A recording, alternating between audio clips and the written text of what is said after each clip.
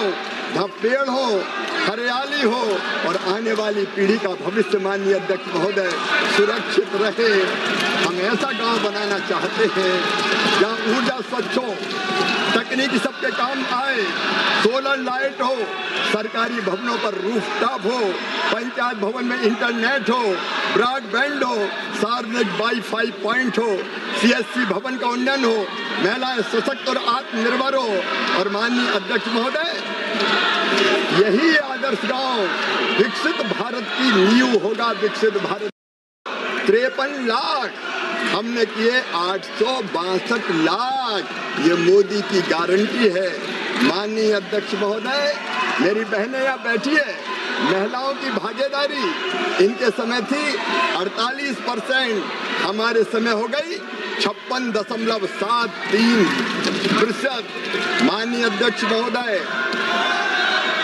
नरेगा 60 में आधार सीडिंग इनके समय 76 लाख थी, हमने की 12 करोड़ 12 लाख।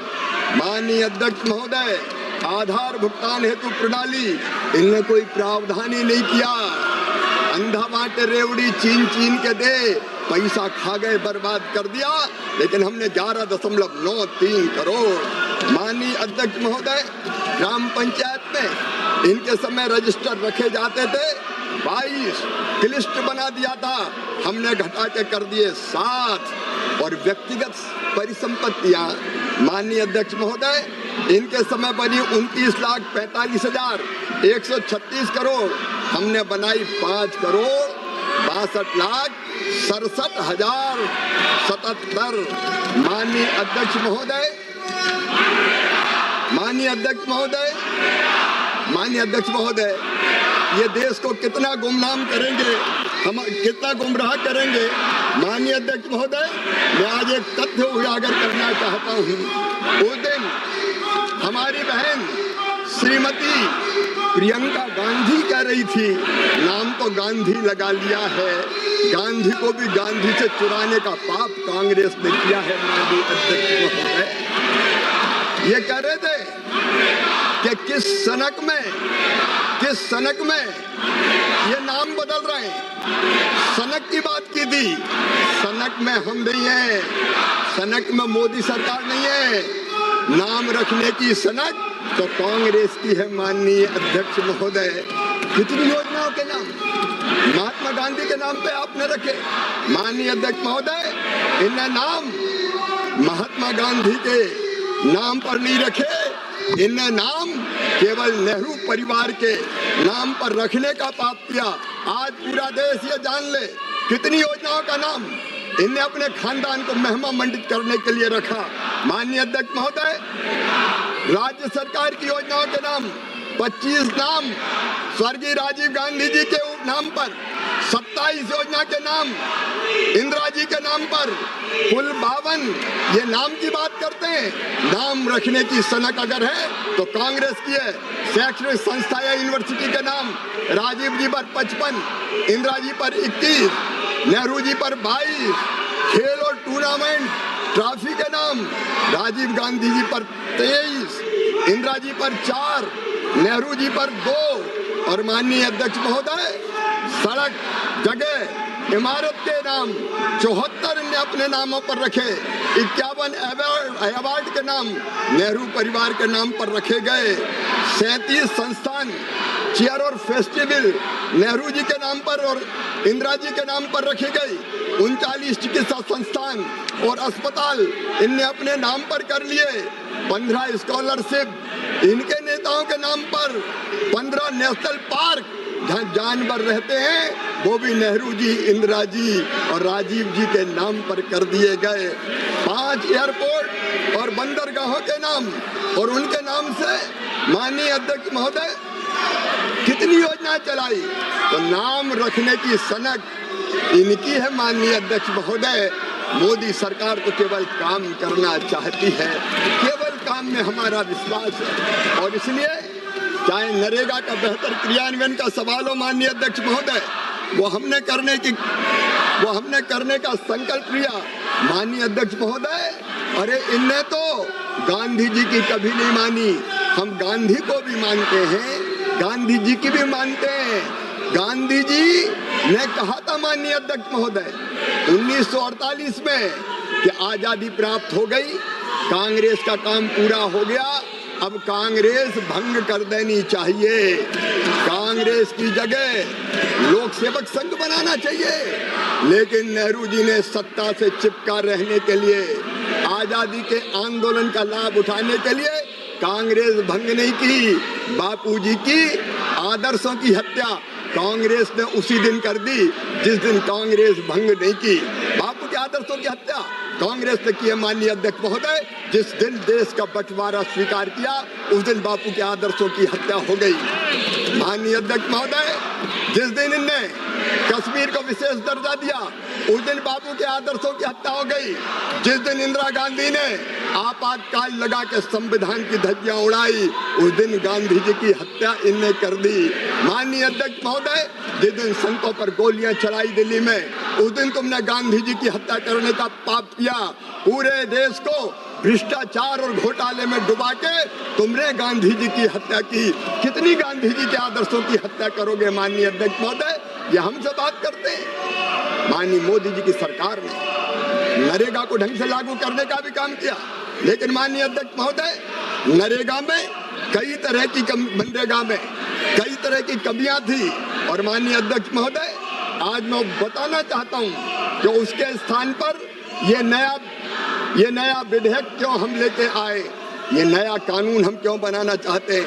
माननीय अध्यक्ष महोदय, अपेक्षाकृत राज्यों के बीच फंड्स का बंटवारा असामान्य था, सबको न्याय देना जरूरी था। माननीय अध्यक्ष महोदय, एक नहीं कई तरह की समस्याएं मनरेगा में पैदा हो रही थी। माननीय अध्यक्ष महोदय, मैं आपके सामने निवेदन करना चाहता हूं कि इस योजना में 60% पैसा मजदूरी के लिए था, 40% पैसा इसमें मटेरियल के लिए था, लेकिन केंद्र से मजदूरी का पैसा पूरा का पूरा आता है, इसलिए मजदूरी ज्यादा खींच लो और मटेरियल में खर्च ही मत करो।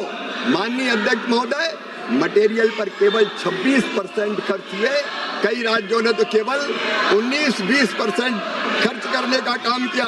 और इसलिए जरूरी हो गया था कि एक बार मनरेगा को पूरी तरह से माननीय अध्यक्ष महोदय भ्रष्टाचार के हवाले कर दिया गया था। दिल पे हाथ रख के ये यूपीए वाले भी, ये इंडिया ब्लॉक वाले भी बताएं, कांग्रेस वाले भी बताएं, क्या मनरेगा में भ्रष्टाचार नहीं हुआ? क्या मनरेगा का पैसा लुटा नहीं दिया गया? क्या मनरेगा का पैसा इनकी जेबों में नहीं चला गया? क्या मनरेगा का पैसा इनके नेताओं ने नहीं लूटा? माननीय अध्यक्ष महोदय, ये आवश्यक हो गया था कि मनरेगा का सही उपयोग हो, पैसे की लूट समाप्त हो, उसको केवल जनता को, गरीबों को काम देने में उस राशि का उपयोग हो। और इसलिए पारदर्शिता जरूरी थी, कमियां दूर करनी जरूरी थी माननीय अध्यक्ष महोदय। और इसलिए मोदी सरकार ने, और ये अचानक नहीं किया, स्टेक होल्डर से हमने चर्चा की, कई राज्यों ने से हमने चर्चा की, व्यापक विचार विमर्श के बाद ये विचार बना कि इतनी विशाल धनराशि माननीय अध्यक्ष महोदय, इतनी विशाल धनराशि 8-10 लाख करोड़ रुपया से ज्यादा क्या केवल मजदूरी देने के काम में नहीं, ये स्थायी परिसंपत्तियों के निर्माण में भी लगना चाहिए। और इसलिए जरूरी हो गया था कि मनरेगा के बारे में खुले मन से, खुले दिमाग से एक बार फिर से विचार किया जाए। और इसलिए माननीय अध्यक्ष महोदय, हमने ये तय किया कि मनरेगा के स्थान पर एक नई योजना लेके आए। हमने बापू का नाम नहीं बदला। माननीय अध्यक्ष महोदय, मैं निवेदन करना चाहता हूं, हमने इतनी विशाल धनराशि से एक तरफ रोजगार के काम बेहतर हो और रोजगार मिले, ज्यादा रोजगार मिले, इसका प्रावधान करने का काम किया। वहीं दूसरी तरफ इस विशाल धनराशि का उपयोग संपूर्ण विकसित गांव बनाने में किया जाए। संपूर्ण विकसित गांव, ये मोदी सरकार का लक्ष्य रहा। माननीय अध्यक्ष महोदय, प्रस्तावित तहत मनरेगा की योजना में ये नाम की बात करते हैं। मैं आज दावे के साथ कहना चाहता हूं और इस पवित्र सदन के माध्यम से देश की जनता को भी, माननीय अध्यक्ष महोदय, मैं कहना चाहता हूं, इस बिल के नाम में ही इस योजना का काम लिखा हुआ है। माननीय अध्यक्ष महोदय, हमने इस योजना में रोजगार की हम गारंटी दे रहे हैं, आजीविका को समृद्ध करने का काम कर रहे हैं, जिसका उद्देश्य विकसित भारत होगा। प्रधानमंत्री नरेंद्र मोदी जी के नेतृत्व में, माननीय अध्यक्ष महोदय, प्रधानमंत्री नरेंद्र मोदी जी के नेतृत्व में एक वैभवशाली भारत, एक गौरवशाली भारत, एक संपन्न भारत, एक समृद्ध भारत, एक शक्तिशाली भारत का निर्माण हो रहा है। और विकसित भारत के लिए विकसित गांव, ये हमारी इस योजना का उद्देश्य है। और इसलिए माननीय अध्यक्ष महोदय, हमने एक आदर्श गांव की कल्पना की, आदर्श गांव की। आज मैं सदन के सामने केवल योजना नहीं रख रहा हूं, एक सपना, एक संकल्प जो इस योजना के माध्यम से हम पूरा करना चाहते हैं, वो संकल्प, सपना और संकल्प है। सदस्य, आपको देश की जनता ने कागज फेंकने के लिए नहीं भेजा है, आपको चर्चा करने के लिए भेजा है। और मैंने कल सभी मान्य सदस्यों को पर्याप्त अवसर, पर्याप्त समय चर्चा के लिए दिया है। ये संसदीय परंपराओं के अनुरूप भी नहीं है और भारत के लोकतंत्र के अनुरूप भी नहीं है। माननीय मंत्री, माननीय अध्यक्ष महोदय, हमारे सपनों का गांव, आदर्श गांव जो नरेंद्र मोदी बनाना चाहते हैं, एक विकसित गांव, माननीय अध्यक्ष महोदय, जो स्वावलंबी हो, जो रोजगार से युक्त हो, जो गरीबी से मुक्त हो, जो सुविधाओं से संपन्न हो, जहाँ शिक्षा हो, जहाँ रोजगार हो, जहाँ समानता हो। माननीय अध्यक्ष महोदय, जहाँ गलियाँ पक्की हो, जहाँ साफ नालियाँ हो, जहाँ जल निकासी की व्यवस्था हो, हर मोड़ पर LED या सोलर की रोशनी हो, गांव में सामुदायिक भवन हो, बहुउद्देशीय भवन हो, सार्वजनिक शौचालय हो। माननीय अध्यक्ष महोदय, आदर्श गांव ऐसा जहाँ पीने का पर्याप्त पानी हो, हर घर नल से जल पहुँचे, हर शुद्धिकरण की जल की इकाई हो, सबके पास रहने का घर हो, चूल्हे के धुएं से मुक्ति हो, हर घर शौचालय हो, ठोस अपशिष्ट प्रबंधन सेट हो, कचरा संग्रहण वाहन हो, डस्टबिन हो, सोखता गड्ढे हो, ग्रे वाटर प्रबंधन हो, कंपोस्ट, वर्मी कंपोस्ट हो, स्वच्छता हो, सुशासन हो। माननीय अध्यक्ष महोदय, आदर्श गांव ऐसा चाहिए जहां बीमार होने पर शहर न भागना पड़े, आंगनबाड़ी का भवन हो, पोषण वाटिका हो, बच्चों का पोषण सुरक्षित हो। माननीय अध्यक्ष महोदय, जहाँ हर बच्चे को पढ़ने शहर ना भागना पड़े, जहाँ डिजिटल क्लासरूम हो, जहाँ पुस्तकालय की व्यवस्था हो, जहाँ कौशल विकास केंद्र हो, जहाँ प्रशिक्षण केंद्र हो, जहाँ कंप्यूटर हो, जहाँ लैब हो, आधुनिक पढ़ाई हो, ताकि कोई गांव का बच्चा प्रतियोगिता में पीछे ना छूटे। माननीय अध्यक्ष महोदय, जहाँ काम मिले हाथों को, जहाँ मेहनत की कीमत मिले, स्वयं सहायता समूह के लिए शेड हो, ग्रामीण हाट हो, बाजार शेड हो, ताकि किसान अपनी उपज बेच सके, गोदाम हो, भंडारण शेड हो, फसलें सुरक्षित रहे, डेयरी और दुग्ध संग्रह केंद्र हो, कस्टम हायरिंग सेंटर हो, मत्स्य पोल्ट्री शेड हो, कुटीर उद्योग हो। आदर्श गांव ऐसा जहाँ खेती सुरक्षित, पानी संरक्षित, तालाब भरे हो, वाटर शेड विकास के कार्य हो, चेक डैम हो, हर बूंद का सही उपयोग हो। एक ऐसा गांव जहाँ पेड़ हो, हरियाली हो और आने वाली पीढ़ी का भविष्य, माननीय अध्यक्ष महोदय, सुरक्षित रहे।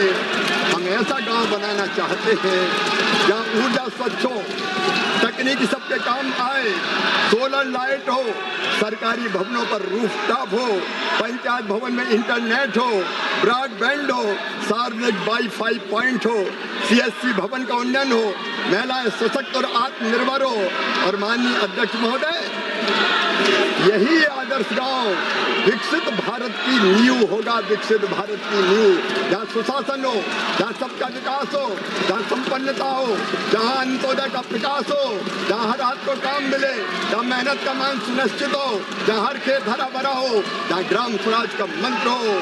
माननीय अध्यक्ष महोदय, ऐसे आदर्श गांव का सपना नरेंद्र मोदी जी का है और इस विधेयक में हम उसी सपने को पूरा करने का काम करना चाहते हैं। और इसलिए माननीय अध्यक्ष महोदय, मैं देश को आपके माध्यम से बताना चाहता हूं, अब इस योजना में हमने जो प्रावधान किया है, कांग्रेस ने तो इस योजना में जो धन की राशि थी वो भी घटाने का पाप किया। ये माननीय अध्यक्ष महोदय कहते रहे मनरेगा मनरेगा मनरेगा, लेकिन 40,000 करोड़ से घटा के इन्हें बजट का आवंटन कर दिया 33,000 करोड़। ये हाथी के दांत, ये हाथी के दांत, खाने के और दुखाने के और, मुंह में राम बगल में छुरी लेके घूमते हैं। इन्हें मजदूरों को पर्याप्त रोजगार नहीं दिया, पर्याप्त रोजगार नहीं दिया।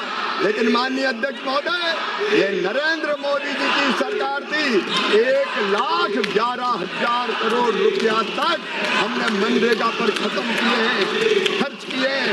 86,000 करोड़ से ज्यादा का प्रावधान इस साल है। और माननीय अध्यक्ष महोदय, अब हम जो प्रावधान कर रहे हैं उस प्रावधान को भी जान लीजिए। लेकर हम पैसा बचाना चाहते हैं, हम पैसा बचाना नहीं चाहते, हम रोजगार देना चाहते हैं, गांव को विकसित बनाना चाहते हैं। इसलिए इसी साल बजट में प्रस्तावित है 1,51,282 करोड़ रुपया। और ये रुपया कहाँ जाएगा? ये मजदूरों को मजदूरी के लिए भी जाएगा, ये गांव के विकास के लिए भी जाएगा। अकेले भारत सरकार 95,600 करोड़ रुपया खर्चा करेगी और ये भी अंतिम सीमा नहीं है, जरूरत पड़ेगी तो और पैसा आएगा। मोदी जी है, मोदी है तो मुमकिन है।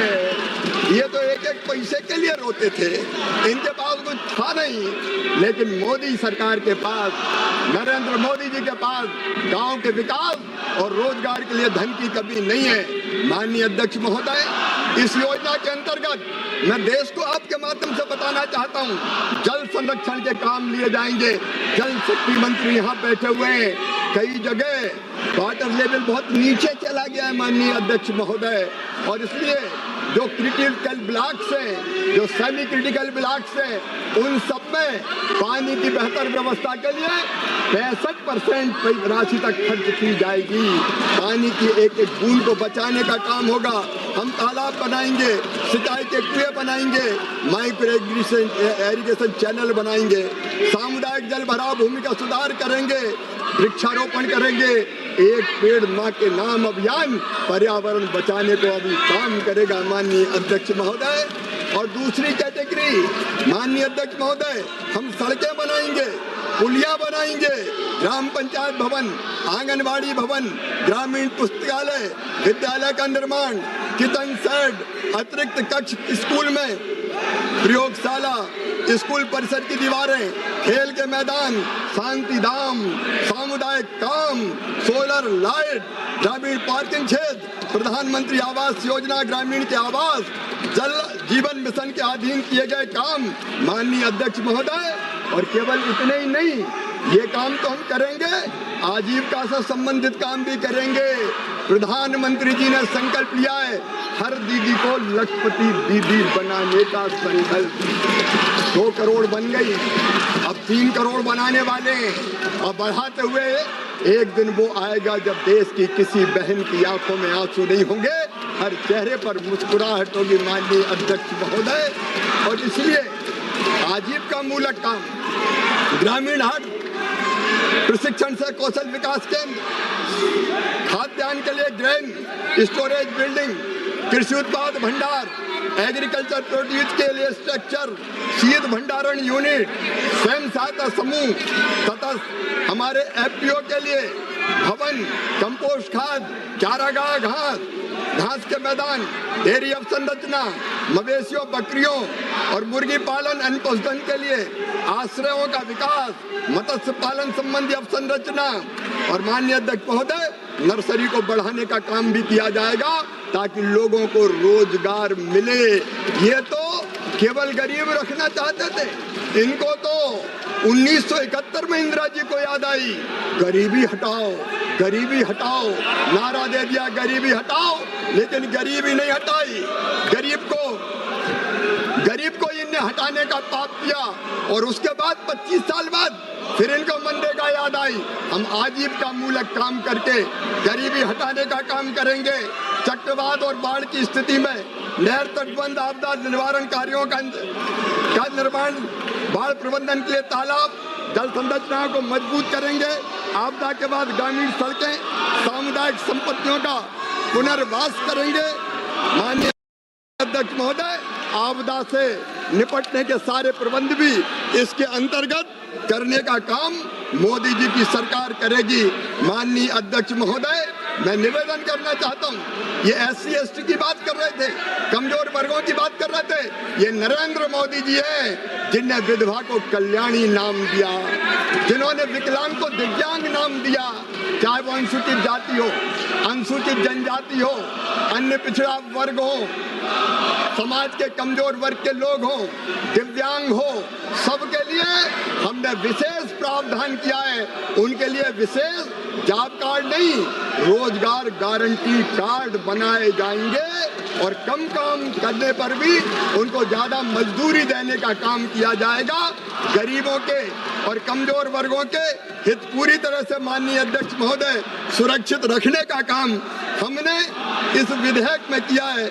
माननीय अध्यक्ष महोदय, इसके जो विधेयक के जो मानवीय चेहरे हैं, जो सबसे पीछे और सबसे नीचे है, वो हमारे लिए सबसे पहले हम पंडित दीनदयाल उपाध्याय के अनुयायी है। माननीय अध्यक्ष महोदय वो कहते थे, यदि दीनों की सेवा कर ली, दुखियों की सेवा कर ली, अरे अगर गरीबों की आंखों के आंसू पहुंच दिए तो गरीबों की उन्हीं आंखों में तुम्हें साक्षात नारायण के दर्शन होंगे, साक्षात भगवान के दर्शन होंगे।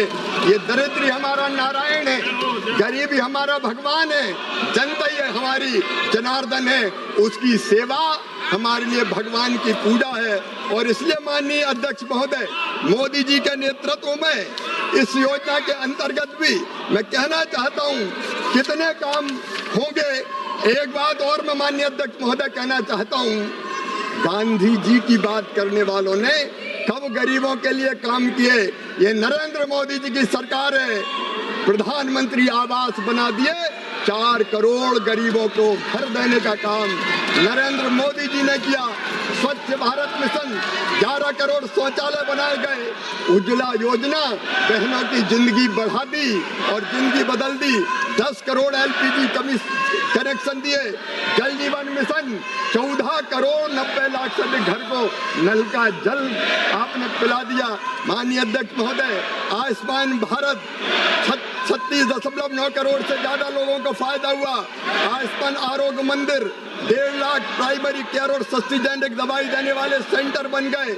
PM मुद्रा योजना, 12 करोड़ लोन बांटे गए। सौभाग्य योजना, 100% घरेलू विद्युतीकरण का लक्ष्य हासिल कर लिया गया।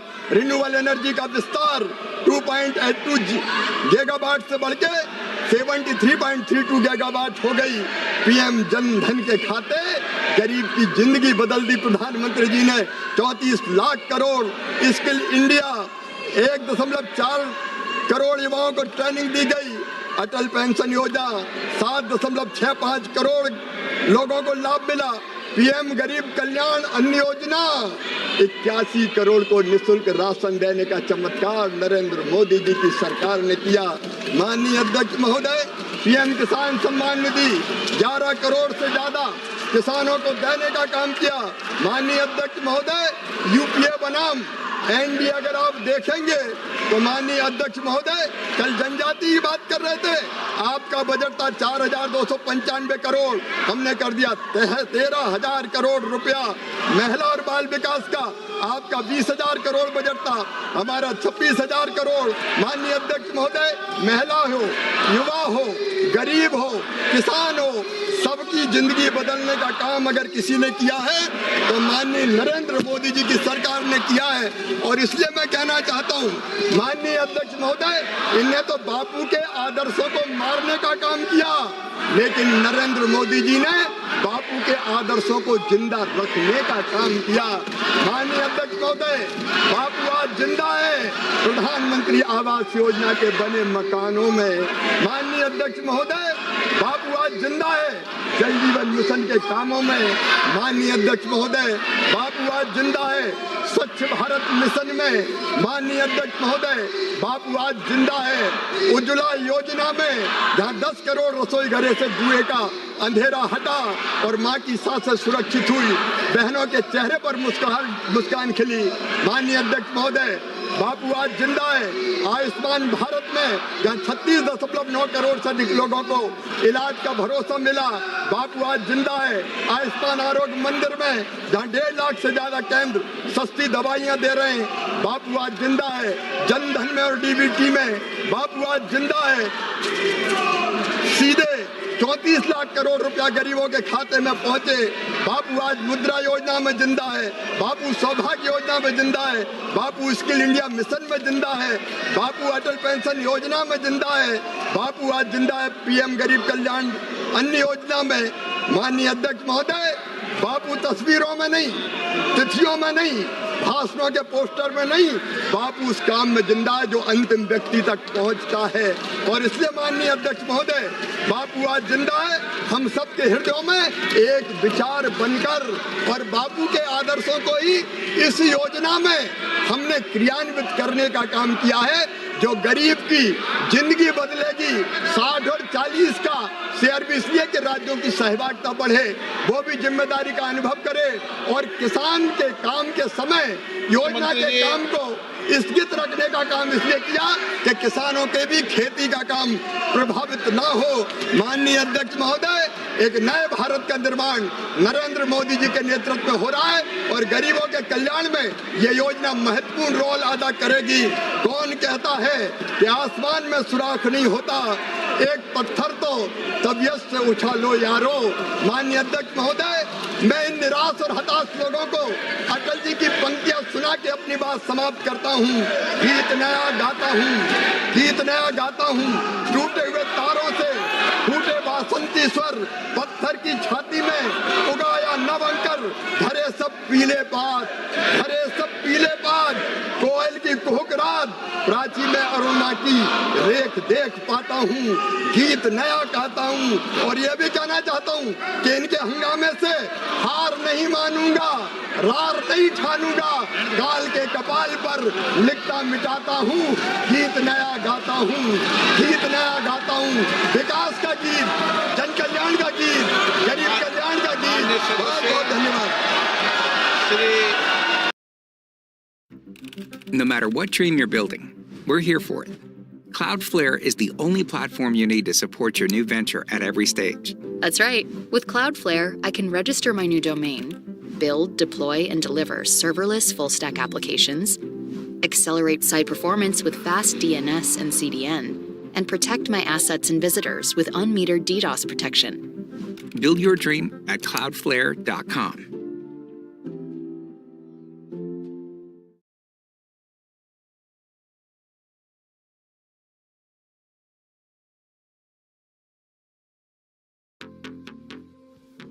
Your email is your first online impression. Make it count.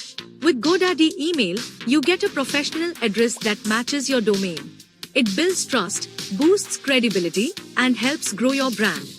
Setup is quick, and your inbox is protected with built-in security. And if you ever need help, we are just a call away. Start building your brand, one email at a time.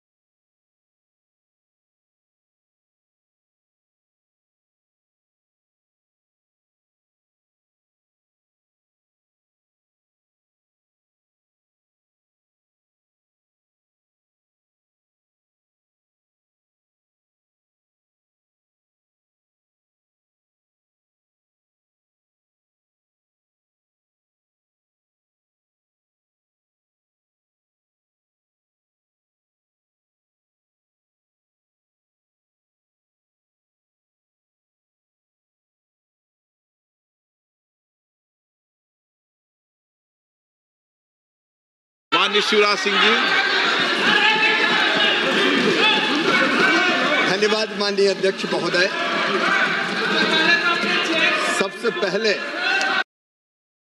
this bill will transform India, but sir, transformation should not mean transferring risk from big corporate companies to ordinary citizens. Sir, this bill removes a very crucial safeguard. Under the 2010 law, if a nuclear accident happens due to defective equipments or faulty material, the operator has the right of recourse against the supplier. Under this bill, the operator remains liable, fine, but the suppliers of nuclear equipments and the fuel are completely excluded from liability. So the operator pays, and when the operator limit is exhausted, the government pays. When the government pays, the taxpayer pays. So, sir, the profit are privatized, but the risk are nationalized. Is this make in India, or this take profit from India, leave liability to India? If suppliers know they are protected from liability, where is the incentive to ensure the highest quality? Sir, the government argues that the global suppliers demand this change. Sir, since when does India law get written to please the foreign corporations? If global suppliers are afraid of accountability, shouldn't that worry us more, not less? Sir, the Civil Liability for Nuclear Damage Act was framed after global experience. Sir, like global, it was meant to ensure victim-centric justice, not investor comfort. I conclude, sir, we are not against the nuclear energy. We are not against the technology. We are against the blind faith in privatization and policy captured by the powerful lobbies. Hence, I request the government to send this bill to the Select Committee before consideration.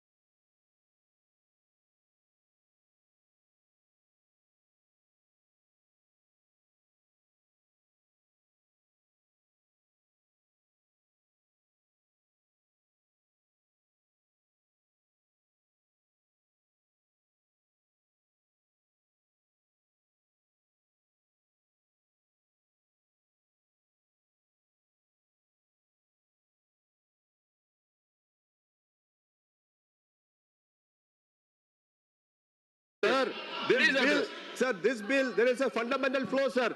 It removes the jurisdiction of civil court, sir, entirely forcing victims to go to a bureaucratic claims commission, sir. One, though, you are not giving absolute liability to these operators, sir. Secondly, sir, these particular victims have to go to the bureaucratic commission. There is no liability for the civil courts. The civil court's jurisdiction has been taken away, sir. Now, sir, we have seen, sir, for last 15 years why these 10 acts, sir. Now that clause is taken away, sir. Now they will come, sir. They don't have any liability at all, sir.